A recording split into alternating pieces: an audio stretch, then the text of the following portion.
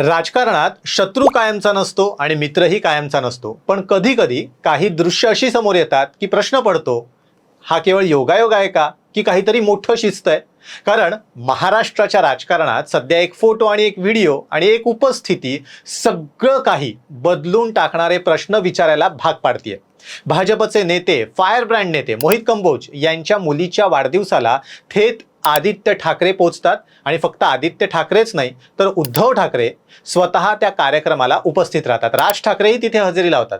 आता इथेच पहिला सवाल येतो, हा फक्त सामाजिक कार्यक्रम होता का की यामागे काही राजकीय सिग्नल दडलेला आहे?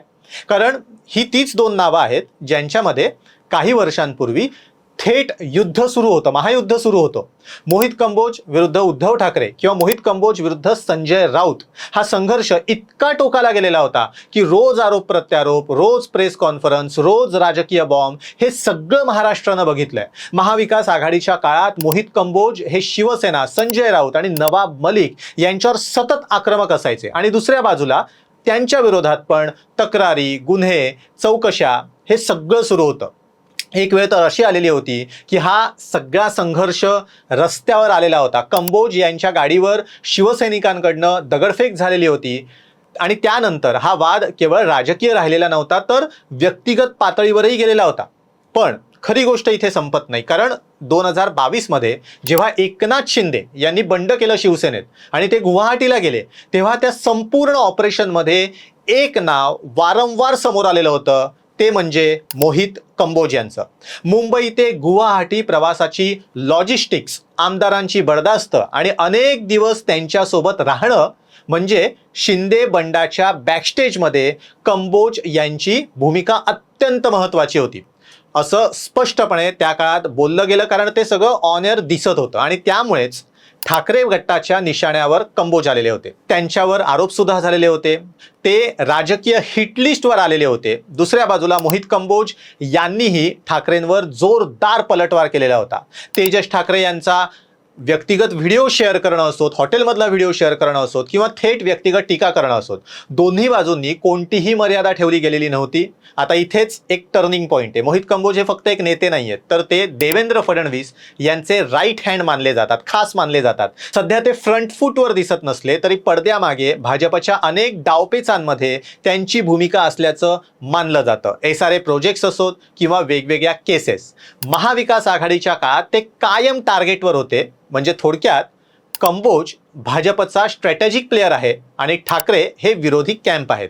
आता अशा परिस्थितीत दोघं एकाच स्टेजवर, एकाच कार्यक्रमात आणि तेही इतक्या सहजपणे दिसणं हा फक्त वाढदिवस आहे का?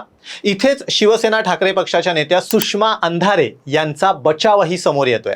व्यक्तिगत संबंध वेगळे असतात असं सुषमाताई म्हणतायत, पण राजकारणात व्यक्तिगत आणि राजकीय संबंध हे इतकं वेगळं राहतं का? देवेंद्र फडणवीस आणि उद्धव ठाकरे किंवा उद्धव ठाकरे आणि एकनाथ शिंदे यांच्यातलं वैर हे राजकीय आहे का? व्यक्तिगत वैर नाही आहे का?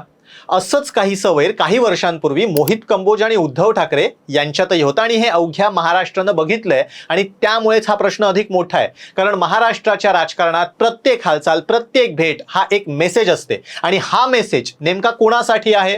शक्यता क्रमांक 1, ठाकरे गट आपली भूमिका सौम्य करतोय का? कारण सध्या विरोधक हे कमकुवत आहेत आणि अशा वेळेला थेट संघर्षाऐवजी सॉफ्ट अप्रोच घेतला जातोय का? शक्यता क्रमांक 2, हा फक्त एक सिग्नल आहे का कुणाला तरी दाखवण्यासाठी, कदाचित भाजपलाच, की आमचे दरवाजे हे पूर्णपणे बंद झालेले नाही आहेत? तिसरी शक्यता, राजकारणात नवं समीकरण तयार होतंय का?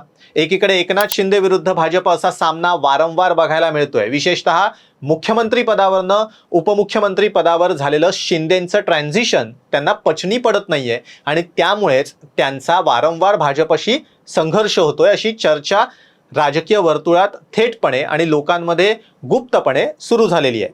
त्याच पार्श्वभूमीवर अशा भेटी खूप काही सांगून जातात. यातून पुढच्या काळात काहीतरी मोठं उभं राहू शकतं का, वेगळं उभं राहू शकतं का? आणि या सगळ्यात मोठा प्रश्न समोर येतोय तो म्हणजे मोहित कंबोज आणि उद्धव ठाकरे यांच्यातलं वैर आता संपलंय का? कारण इतिहास बघितलात तर हे वैर केवळ राजकीय नव्हतं तर व्यक्तिगत पातळीपर्यंत पोहोचलेलं होतं.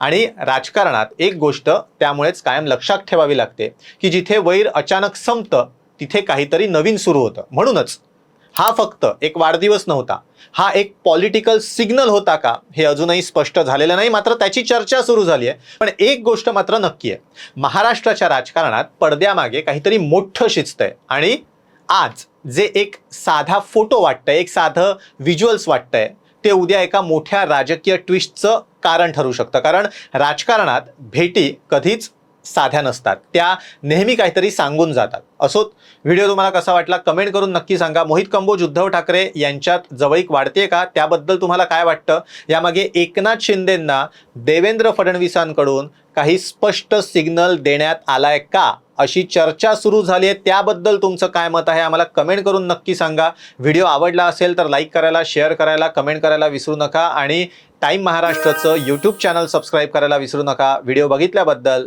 धन्यवाद.